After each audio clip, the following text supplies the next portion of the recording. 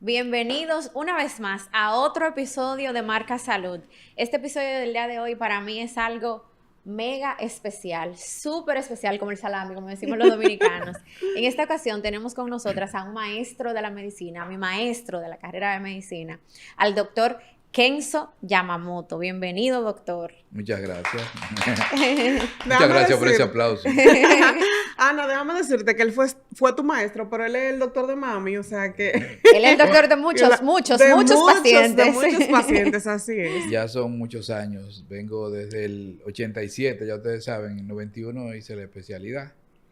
Pero desde ese tiempo estamos aquí trabajando y dando por gracia lo que por gracia hemos recibido. Amén. Déjame decirte también, Lady, que el doctor es pastor de una Así iglesia que tiene muchísimos seguidores que comulgan con él y que de verdad se siente la paz que usted transmite. Amén, amén. Y Eso que es lo De eso importante. vamos a hablar en un ratico. Y siempre, déjame decirte que yo lo percibo que siempre ha sido así, porque hasta para llamarte la atención en la carrera de medicina ha sido así, con paz. Cuando tiene que llamar la atención la llama, pero tranquilo, no se exalta, no se enoja. Muy bien. Y todo un remanso de paz. De eso vamos a hablar en su marca personal. Sí, sí. Pero coméntanos, Ana, sobre su currículum médico, que eso ustedes Claro. saben que esa es la parte que Ana... Que a mí me encanta. Sí. El doctor es internista y es intensivista y en el día de hoy vamos a hablar de un tema súper interesante. Nos vamos a enfocar respecto a la donación de órganos de los pacientes que caen en cuidados intensivos. Arranquemos, doctor, en materia porque el tiempo se nos va súper rápido y ya antes de comenzar a grabar estábamos comentando sobre esto. ¿Cuáles son los órganos que puede un paciente donar? El paciente puede donar desde la córnea, las córneas, en este caso, ¿verdad? Ambas. Puede tener donación de corazón, de pulmones, de hígado, riñones, páncreas, intestino, también de tejidos. La donación de tejidos es muy importante, tejidos óseos, asimismo vasos, válvulas cardíacas y una serie de tejidos que también ahora mismo no vale la pena mencionarlo, pero si se requieren en un banco de tejidos, también nosotros podíamos obtenerlo. La donación y el trasplante es un proceso emocionante, en donde nosotros vamos a darle ya la última oportunidad a una persona cuando necesariamente hay que sustituir el órgano, porque todos los intentos médicos ya han fallado.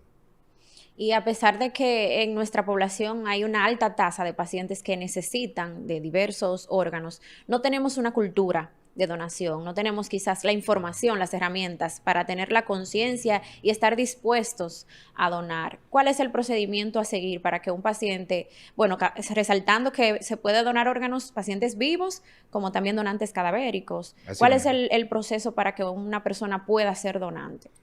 Bueno, el proceso para la donación y trasplante, en el caso de donante vivo, tiene que ser un donante relacionado. Puede ser un familiar directo, el cónyuge, lo que fuera. Asimismo, en caso de que no lo sea, debe pasar por el Consejo Nacional de Trasplante, a lo que nosotros pertenecemos, para descartar que no haya ningún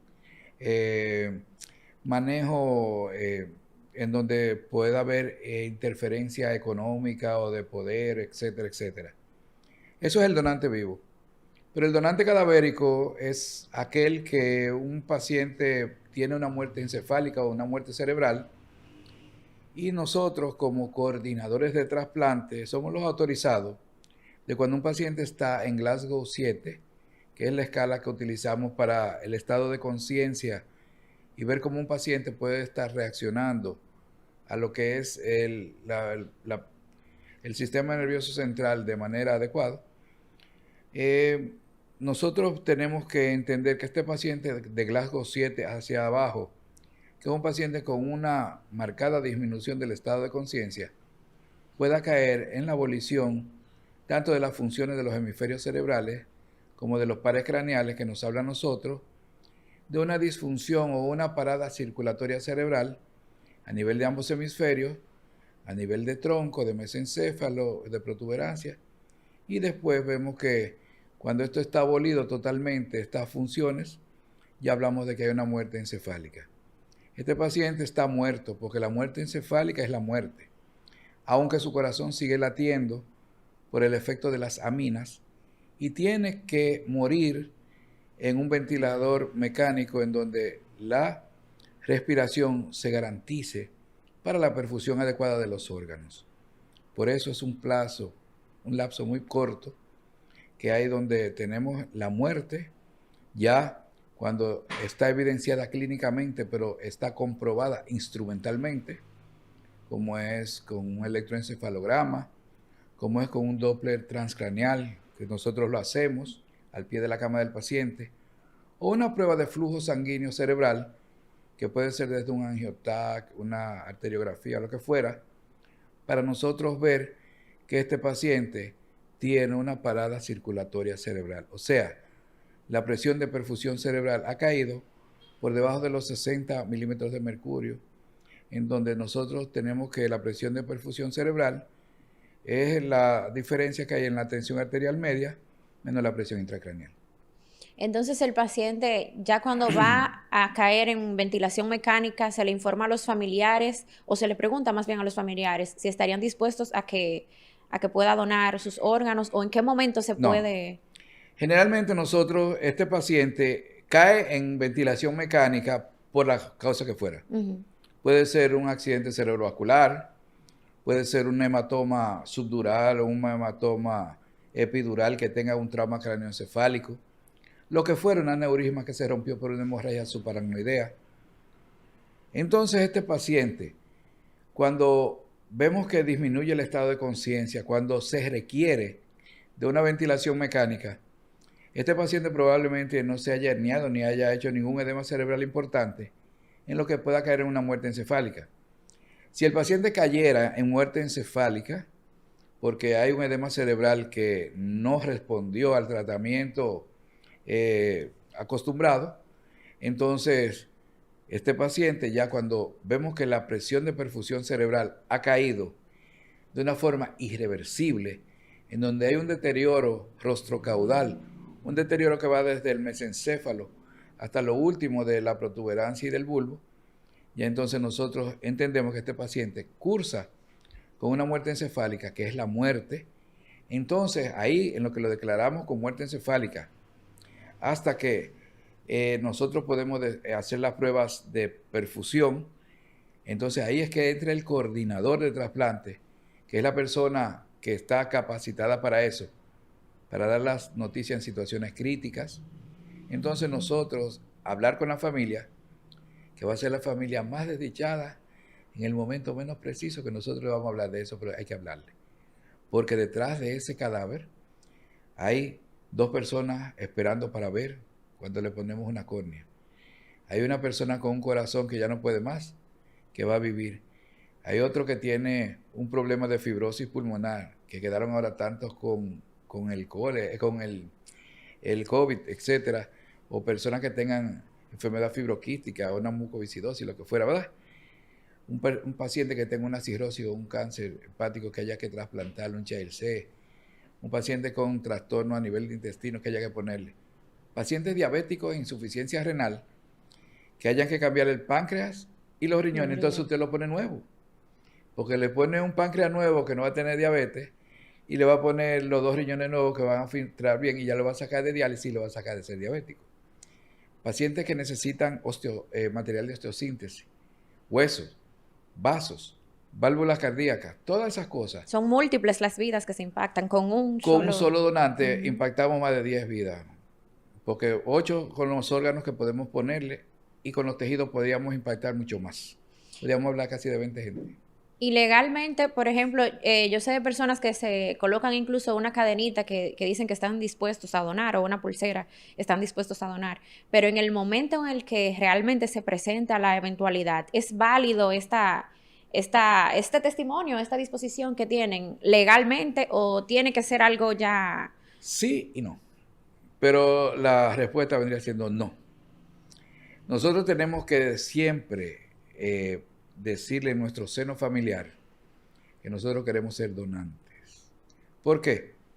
Porque podemos tener una tarjeta de donante que es válida. Podemos tener la pulsera, podemos tener el dije en la cadena. Pero si la familia decide que no, no hay donación.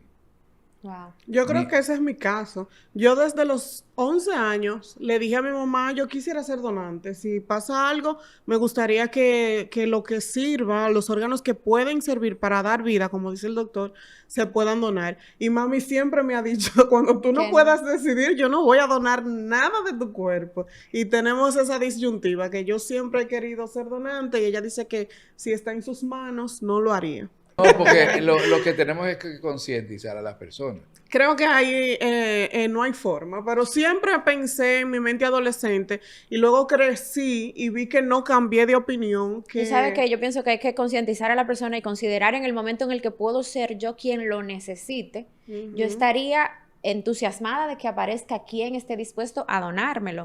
Entonces es un camino de doble vía. ¿Qué es lo que hablábamos? Porque, por ejemplo, cuando usted va a una unidad de diálisis, toda esa gente sentada en estos sillones, durando 3 y 4 horas, 3 veces a la semana, a veces diario, a veces lo que fuera, ¿verdad? En donde prácticamente cambia la vida de las personas, cambia el entorno familiar, cambia todo. Usted le pregunta, ¿usted quisiera un riñón? ¿Qué le van a decir? Muy Sí, fácil, usted quiere salir de diálisis. claro. Además, el costo es muy alto de Y diálisis la calidad de vida. y la calidad de vida es muy mala.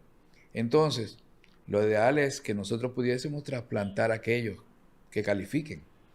Ahora, usted le pregunta a esa misma gente que lo está acompañando probablemente, y usted le pregunta, ¿usted donaría su riñón? Y usted sabe lo que le dicen la mayoría que no. Es ¿Pero por así. qué?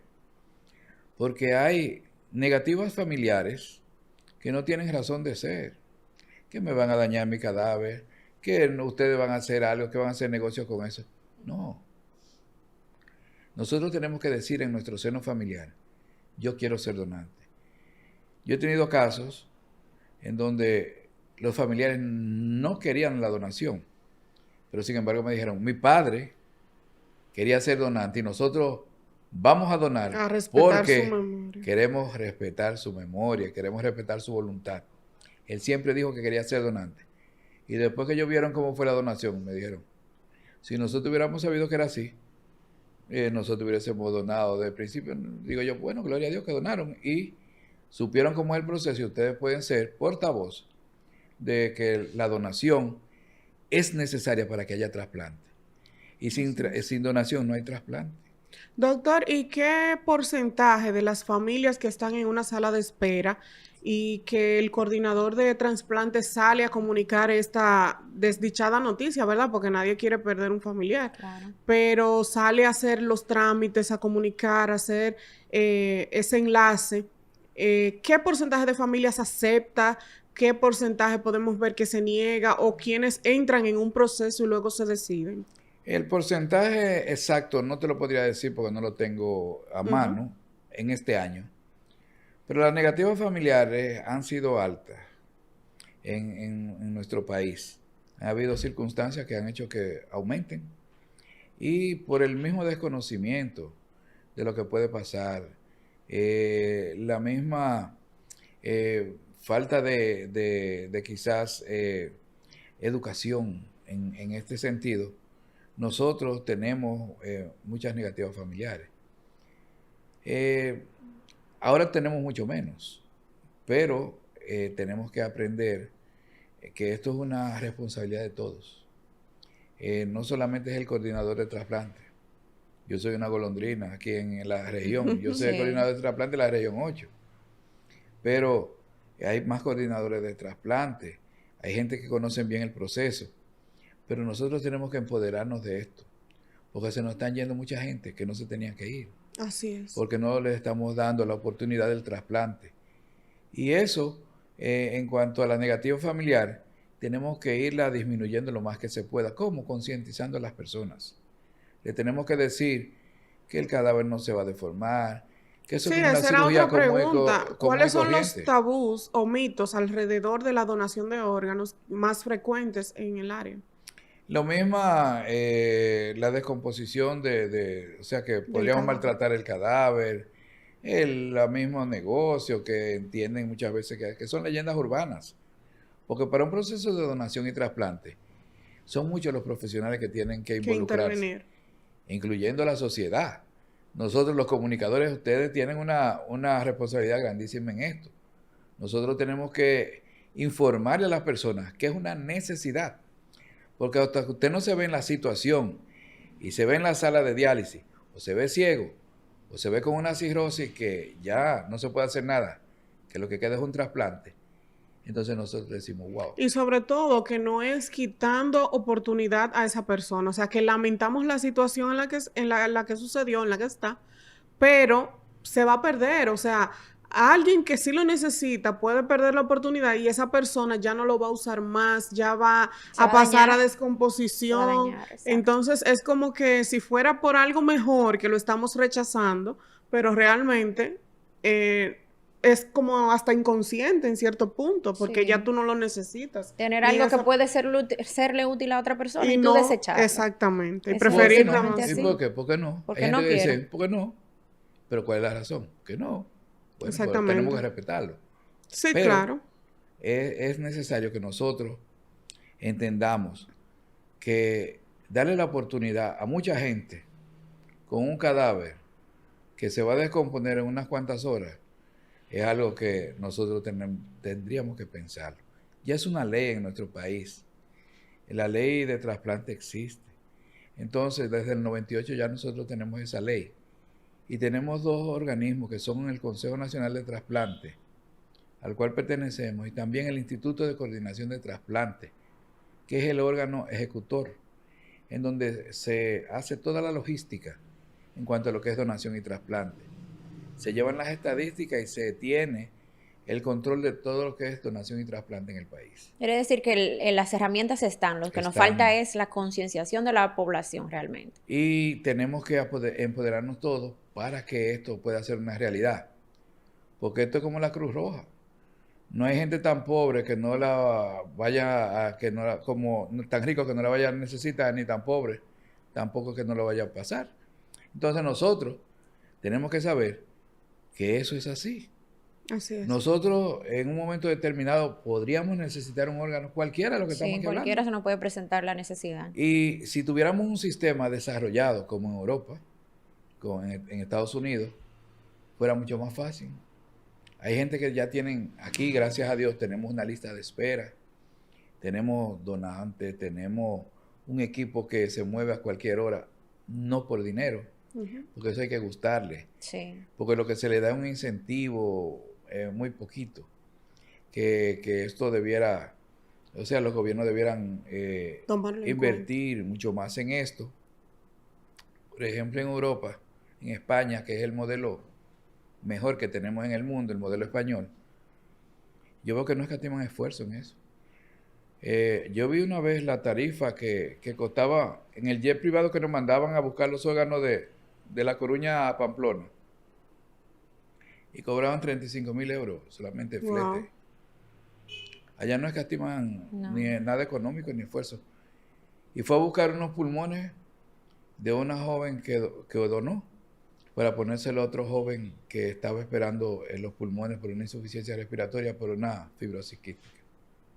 Y vi cómo eso fue un éxito y cómo ese joven pudo restaurar la vida. Doctor, Se nos juntan las ahí preguntas. mismo. Nosotros los del pueblo, los que no somos doctores, vemos o nos hemos dejado de llevar durante años por la ciencia ficción.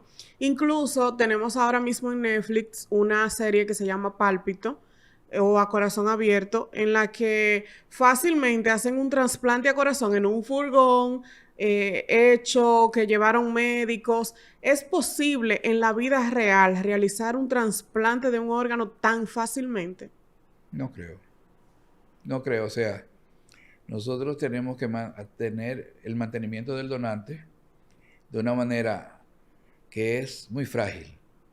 Inclusive nosotros, hasta que el donante, el cadáver, no está en la sala de cirugía, nosotros no nos lo despegamos a ese donante. ¿Por qué? Porque si se le saliera la aguja donde tienen las minas para mantener el corazón latiendo bien, se nos daña el corazón y todos los órganos en el transporte de la cama de intensivo a la sala de cirugía. O sea que, imagínese usted eso. Entonces nosotros tenemos que mantener, por ejemplo, las aminas de una forma adecuada, para que el corazón lata y para que se perfundan los órganos de la mejor manera. Tenemos que tener la presión, o sea, la presión de oxígeno adecuada, la FiO2, la fracción inspirada de oxígeno, en los ventiladores, con una PaFiO2, que es una fracción que nosotros buscamos, para que esos órganos se mantengan oxigenados de una manera adecuada. Entonces, si eso no está ocurriendo de una manera coordinada y adecuada, En tiempo nosotros no vamos a real. tener órganos adecuados para el trasplante. El órgano no va a estar viable. No va a estar viable, entonces no vale la pena trasplantarlo porque va a haber un rechazo inmediato. Ujú. Entonces, después que un órgano se ha puesto con todas las técnicas de una manera excelente, se ha implantado de nuevo, entonces nosotros tenemos que esperar que ese órgano Se adapta. se adapte y no se sea rechace y aceptado. darle inmunodepresores al paciente, que lo van a tomar siempre, para que puedan no rechazar ese órgano nunca, porque es un órgano potencialmente rechazable siempre. Entonces, eso de hacerlo con una forma de higiene o de asepsia y antisepsia, que es lo que nosotros hablamos en medicina, una forma adecuada para que no se infecte, eso no se puede hacer en una ambulancia ni nada. Eso es ciencia Eso ficción. es Sí, 100%. por eso decía al principio que la ciencia ficción nos ha llevado, Y que incluso hablé de una serie, hice la Sí. referencia de Y que ha llevado a leyendas urbanas, Exactamente. a que la gente entienda que eso se puede Que hay hacer. una red como, de órganos. que hay tráfico, que usted lo agarraron y le dieron un trago y que le pusieron, que después usted se despertó, estaba en una bañera con hielo y tenía una cicatriz. Ah, sí, la famosa cicatriz del riñón en la bañera con hielo. Eso no es así, porque si no, usted fuera a una carnicería. Señores, yo veo mis peliculitas Eh. en Praga, perdón, que secuestran a los rumanos, los meten en una bañera y despiertan con la cicatriz del riñón en una bañera con hielo. Sí, eso es totalmente una Déjense leyenda de urbana. Eso es. Pero hace mucho daño en lo que es la mismo proceso de donación y trasplante, porque muchas Sí. personas lo creen. Sí. Nosotros ahora mismo estamos diciendo cómo es el proceso, que es bastante complejo, pero que definitivamente las otras personas creen que no. Las otras personas creen que como usted va a una carnicería, dame un riñón de Sí, res ahí, doctor, yo- y hablando de eso de ir Tengo como una una pregunta yo carnicería, todavía, ya esta es la Lady. última. Usted varía al principio ahí con una detrás de otra. Esto de las granjas de órganos, ¿es algo que a futuro puede funcionar? Estos órganos también que se crean con inteligencia artificial, ¿podemos hacer estos órganos en un laboratorio y luego hacer los trasplantes? ¿Tiene futuro esto realmente? Bueno, yo le voy a decir una cosa. La inteligencia artificial es algo de lo que se está hablando ahora y que tiene un potencial grandísimo que nosotros todavía no sabemos hasta dónde podría llegar. Ahora, o sea, es lo que nosotros sabemos ahora que se está hablando de inteligencia artificial. Granja de órganos como tal, por el principio que nosotros conocemos ahora de mantener un órgano perfundido de la manera adecuada para que pueda ser viable, así no lo vamos a tener. Pero con el tiempo nosotros no sabemos qué pueda pasar. Todo lo que se ha hecho, estos intentos de clonar las personas para después matar y sacarle el órgano para que sean compatibles, pasaron de leyenda a cosas que podrían ser. Pero al fin y al cabo hemos visto que no hay resultados que no hay reales. resultados, ¿verdad? Pero que serían muy antiéticas. Claro. O sea, usted hacer una persona para matarle, para sacarle el riñón, o sea, usted lo va a criar para sacarle un riñón. O ver la película Dios libre, señor. que hemos visto de Will, ¿verdad? Sí. Will Smith, que tenía un clon y después otro clon y después otro clon, porque él era el mejor asesino. Pero también así lo usan para que el órgano no sea rechazado y usted pueda ser verdaderamente el Compatible. mejor donante y el más compatible. Sí. Hablando de la compatibilidad, que esa era la pregunta que tenía, ¿cuáles son los pasos, doctor, para comprobar que esa persona puede recibir realmente un órgano? Lo primero que se ve es que sea del mismo tipo sanguíneo. El tipo de sangre es lo primero. Eso es lo primero, que eso nos va inmediatamente a ir clasificando y después el perfil inmunológico de ese paciente, el cross-match, todas esas cosas, los antígenos de histocompatibilidad y el perfil inmunológico de este paciente completo. Entonces, cuando hay un donante vivo o cadavérico, se toman las mismas pruebas y se cruzan. A veces usted tiene el mismo tipo de sangre, tiene todo, pero inmunológicamente no puede. No son Y no es compatibles. compatible y no se hace. O sea Por que eso esto es es que, prácticamente en cuestión de horas, porque me imagino que si estamos esperando que un paciente, por ejemplo, tenga muerte cerebral para entonces hacer el proceso de la donación de órganos, no sabemos a quién podríamos derivarle ese órgano, o sea que eso se coordina muy rápido. pero hay una lista de espera, Ok, se que toma es por un el software turno. Ok. que va a tener siempre todas las personas que están ya listos para Entonces ser receptoras. Eso hace van y como un match. verifican, Un cross por match. ejemplo, la persona que está en cuidados intensivos es O positivo y el siguiente en la lista de espera. No, la lista de espera tiene todo el mundo, Toda la información. riñón, Ujú. esperando riñón o hígado, etcétera, ¿verdad? Ah, que podríamos tener varios destinatarios Entonces, en un si cadáver. por ejemplo hay un cadáver Ujú. que no se pueda donar corazón, porque el corazón está muy dañado, que no es factible la donación, ese órgano no se toma, pero puede donar los dos riñones. Entonces, se le hacen las pruebas a ese cadáver y se ve si es compatible con el primero que esté en la lista. El primero A positivo.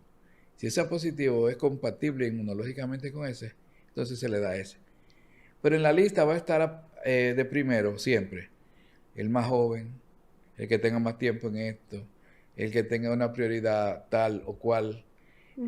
Los niños tienen prioridad más rápida, prioridad Ujú. cero. O sea, porque si tenemos un niño y un anciano, no es que le va a Claro. dar La al expectativa de anciano, Hay vida, que claro. valorar, claro, pero de porque acuerdo al ya esa peso, a la persona. contextura, Ujú. también eso se toma en cuenta. Son muchas cosas las que se toman en cuenta.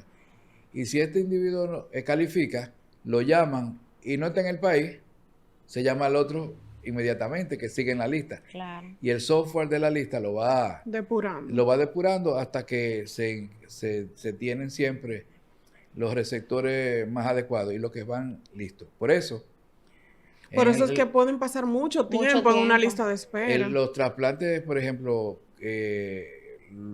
los que están esperando riñón, por ejemplo, si no tienen un donante vivo que le pueda donar un familiar o un cónyuge, etcétera, y se ponen en la lista de cadavéricos, su nefrólogo, ya generalmente, ellos tienen que siempre irle diciendo, acuérdese de actualizar mi perfil inmunológico, el cross-match, toda la cosa, para que me mande a la lista de espera nacional, que ahí está siempre, y lo va a poner en el lugar que le toque, en el momento preciso. Entonces, el que está en lista de espera sabe que tiene que estar asequible siempre.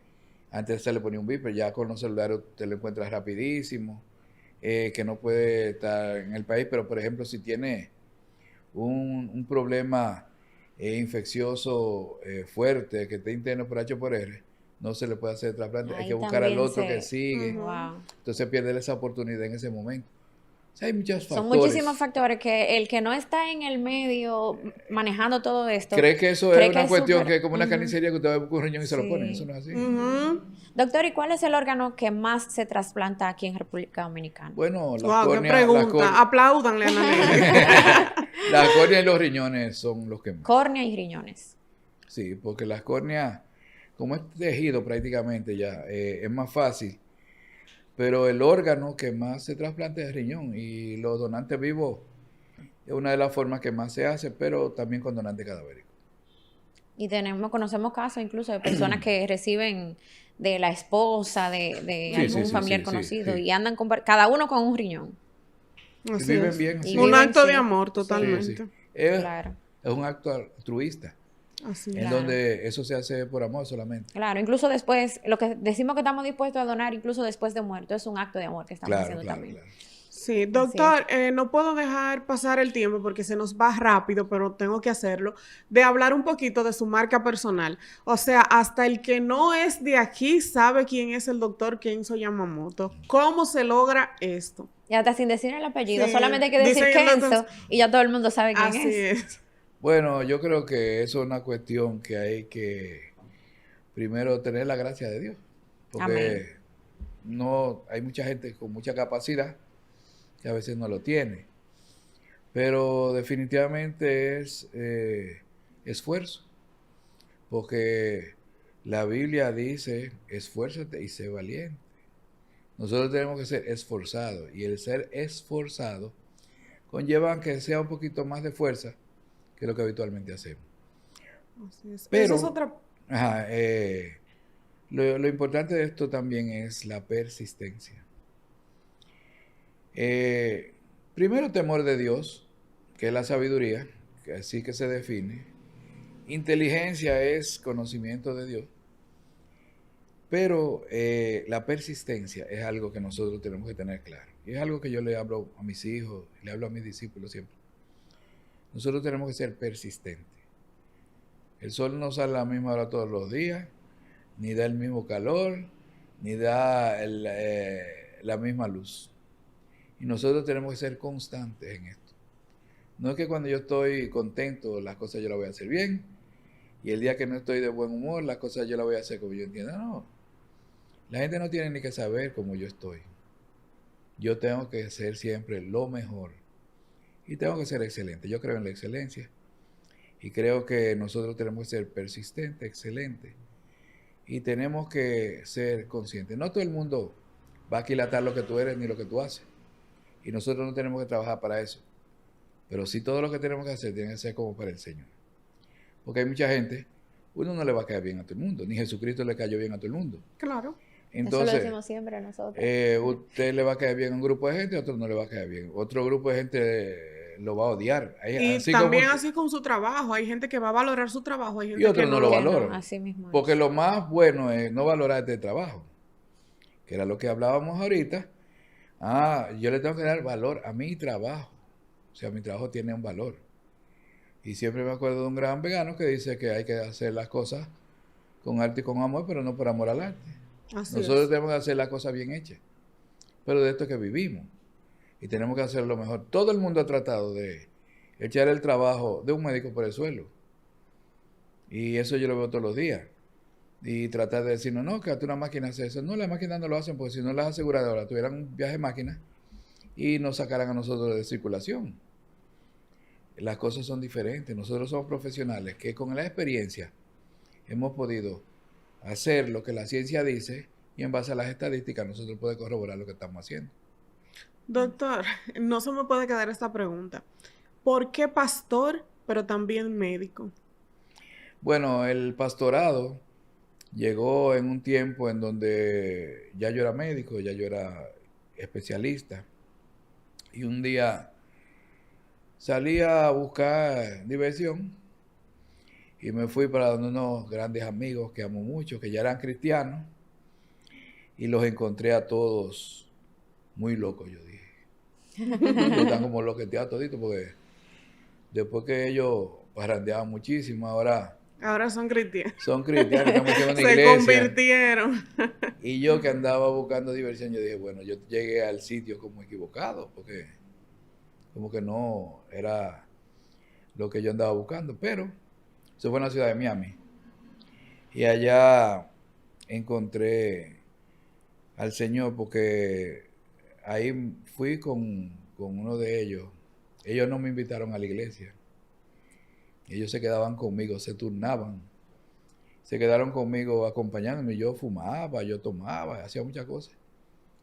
Y me dedicaron tiempo, pero me dieron testimonio. Yo dije, estos muchachos también. Y yo pensé dentro de mí que estoy mal soy yo, pero me voy a quedar callado, no voy a tener. Y en una, ellos iban para la iglesia y me iban a dejar con uno de los muchachos. Y me dije, no, yo voy para la iglesia esta noche. Yo quiero ver lo que hay allá, ¿verdad? Porque yo lo veo a ustedes que también. Pero yo voy ahí hoy, pero no vuelvo, ¿eh? Ya fue predispuesto que no Para que lo volvía. sepan. De eso hace, bueno, yo no me acuerdo exactamente, pero hace más de 28 años. Y yo fui ese día a la iglesia, acepté a Jesucristo y hasta hoy estoy aquí. Qué bueno. Y a los 3 años el Señor me llamó al pastorado, que yo le decía que no y que no. Hasta que el Señor me dijo que sí, que sí, que sí. Y yo lo cogí con mucho temor y temblor y hasta hoy. El llamado. Lo siguió. Sí, Así eso es. fue como en el 94 por ahí, 93, 94. Doctor, para adelante. recientemente los que lo conocemos de cerca pudimos ver que realmente su vida ha sido un testimonio por la situación que atravesó con el COVID-19. ¿Qué experiencia puede usted narrarnos del hecho de usted ser intensivista y el llegar a caer en intensivo en un momento en el que todo el mundo pensaba o teníamos ya la percepción de que la persona que caía en cuidados intensivos por un COVID-19 era difícil que saliera vivo del COVID-19 de intensivo? Y todos estábamos dándole seguimiento. Yo creo que en ese momento Dios estaba sordo, todo el mundo orando por Kenzo. O sea, era algo increíble en los chats, en las reuniones, en no solamente los médicos de la provincia, de la ciudad, de la región y hasta del país, y hasta internacional. O sea, toda la población también, solo se hablaba de que Kenzo estaba ingresado, que Kenzo tiene COVID, luego Kenzo cayó en intensivo. Eran unas cadenas de oración, o sea, usted quizá no se enteró porque obviamente estaba ingresado y aislado de todo, pero era una cosa increíble. ¿Cómo se sintió usted al enterarse de todo esto que sucedió? Y también al momento de que fue a la unidad de intensivo, siendo un intensivista. Fíjate que como intensivista y como internista, tenía que empaparme bien de lo que era el COVID. Y cuando se cierra el mundo, me toca preparar muchas conferencias de COVID, que tuve que dar a nivel nacional e internacional, e investigábamos mucho, no había vacuna en ese tiempo, no. Se estaba experimentando con todo, con hidroxicloroquina, con el remdesivir era todavía teoría, el tocilizumab como para la tormenta de citoquina era todavía medio teorizando, llegaba al país. Llevábamos muy bien las medidas de protección personal, pero después le fuimos cogiendo confianza después de un año y pico, porque ya nosotros ponernos esos trajes, la ceremonia que era ponérselo y quitárselo. El cansancio, el agotamiento. Teníamos que programarnos hasta las idas al baño, porque usted no se podía ir al baño a la hora que usted quisiera, sino a la hora que usted pudiera. Por el traje. Por el traje. Entonces, cuando le fuimos cogiendo confianza, ahí fue que vino el problema. Ahí fue que usted se contagió. Ahí fue que me contagié de una manera muy rápida. Me empeoré a insuficiencia respiratoria y vi todo el proceso que yo había estudiado mucho, para decirlo, en los diferentes medios. Lo vivió. Y lo fui viviendo poco a poco. Pero no es fácil. Y me tocó con mis mismos compañeros y alumnos que tuve, que me atendieron muy bien. Primero aquí, después en el Hospital Metropolitano, porque en el Homs, que allá estaban los muchachos, Alberto y compañía, Romer, esa gente. El doctor Nicolás Valle, todo ese grupete de muchachos, Rosibeliar y compañía, Jiménez, de una forma u otra, cuando fui que pasé por todo, desde una cánula nasal normal hasta la cánula de alto flujo, que en el país no había y llegaron ahí, y después tener ya a lo último que ventilarme, en donde yo al principio yo no quería, porque yo sabía que si llegaba la ventilación ya era para morirme. Pero oramos al Señor, mi esposo y yo, y entendimos que del Señor que sí, que debía aceptar eso. Y cuando acepté, inmediatamente cuando ya me fueron a decir, es necesario ventilar, y yo dije, no, yo no esperé más, ya yo no aguanto más. Yo recuerdo que usted envió, a mí se me aguan los ojos, porque recuerdo que usted envió un video que circuló por todos los grupos de médicos diciendo ya esa etapa a lo que iba. Ya estábamos todos temerosos. Entonces, cuando llego a esa etapa, me ventilaron, me sedaron, me dicen que hice un par de paros también, cardiorrespiratorios más, se taponaron los tubos, porque con los médicos sucede todas las cosas que no tienen que suceder. Entonces, los pobres muchachos estaban muy estresados. Yo no, pues yo estaba sedado. Sí. En eso duré 17 días, 18. ¿Usted no se enteró de nada de eso? ¿No? ¿Qué se lo contaron? Eso me lo contaron todo, porque prácticamente no... O sea, uno no siente nada. No siente nada. Ni vi el túnel, ni sentí esto, ni me soñé con nada. A esa pregunta iba para cerrar. Ya a nivel espiritual, ¿sintió miedo? Nada. No, yo sentí la misma confianza que tengo ahora. Ya cuando el Señor habla a tu vida, ya hay que confiar. Y la fe, la certeza de lo que se espera y la convicción de lo que no se ve. Yo entendía que si me moría, me iba con el Señor. si me quedaba, es con el Señor también. Su voluntad. Sea que muramos, que vivamos, dice la Biblia que somos del Señor. Entonces, yo lo que dije, bueno, yo humanamente no aguanto más. Ya el Señor me dijo que me ventilara, me ventilo.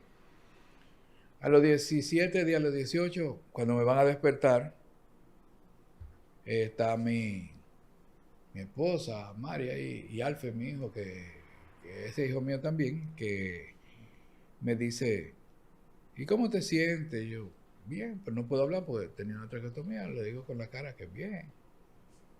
Yo pensé, entonces murieron también, están conmigo aquí. Pero después No se ríe ahora, pero mira. pero después oí una cuestión por ahí atrás que me enteré que no estaba en el cielo porque con una mala palabra que yo dije, no, que no pueden decir esta mala palabra que no. De una gente que estaban por ahí atrás por intensivo. Eso es una parte jocosa, pero que me llevó de ahí, comenzó un proceso largo en donde ya yo estaba flácido totalmente, que no movía ni la cabeza, Claro. que había que moverme para todo, con una traqueotomía, con una escara sacra, y con alimentación parenteral, y con sonda, y con todo, hasta que pasaron un mes y algo en donde me dan de alta a mi casa, todavía en una cama de posición, sin moverme, sin nada, y después de 8 meses de recuperar. rehabilitación ya volví a caminar. Wow. Con una sarcopenia que fue hueso y piel. Y como quiera me mantuve dándole gracias a Dios y contento. Porque Wow, muchos 8 se meses de fueron, recuperación. muchos compañeros, fue muy triste cuando me desperté, que ya no estaban, y otros que se fueron. Y vi cuán misericordioso ha sido Dios conmigo. Después que me sané bien, ya me siento muy bien. Todavía, por eso le pedí excusa, porque muchas veces toso, porque Sí, tengo entendemos. todavía la señal de la traqueotomía ahí y eso se me estenosó la tráquea, se me estrechó. Entonces, pues, no me podían quitar la traqueostomía. Duré unos meses más con la traqueostomía, como 4 meses más. Pero yo estaba tranquilo, yo estaba conforme, porque imagínese usted, vivo con Estaba una vivo. traqueotomía, un Estaba poeta vivo. que no. Entonces, el Señor hizo otro milagro ahí, me ensanchó la tráquea. Amén. Wow. Y ahí, después que estaba bien sanito, me caí y me rompí una cadera. Wow. Y volvió y me dio COVID. Pero ya vacunado, ya eso era diferente. Pero dándole gracias a Dios siempre, porque yo no, imagínese usted. Un Y nada, testimonio muy impactante. me quedó, gracias a Dios, cognitivamente quedé bien. No quedé ni loco, no se me olvidó nada, todo bien. Sí, porque esos son daños Y, colaterales. Las y secuelas, mecánicamente también, o sea, puedo valerme por mí mismo. Puede bailar su merenguito. Si se ofrece, hasta eso hacemos, no hay ningún problema. Gracias a Dios. Así Que es. así es. Yo creo que con este testimonio tan impactante y que creo que el doctor no lo ha contado todavía en ningún medio, que tenemos esa primicia, vemos reflejado el amor de Dios siempre en cada uno de nuestros procesos de vida.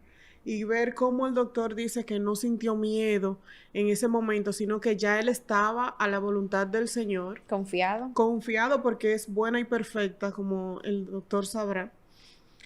Yo siento que este episodio ha sido memorable. De verdad que sí.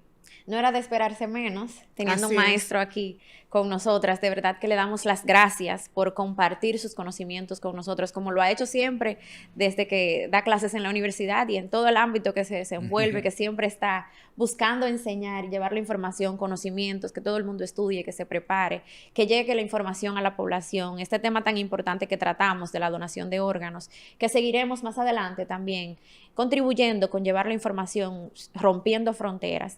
Y gracias también por compartir su testimonio de vida, la experiencia que vivió y demostrar que de verdad Dios está con nosotros, Amén. que siempre debemos confiar en esto. Así es.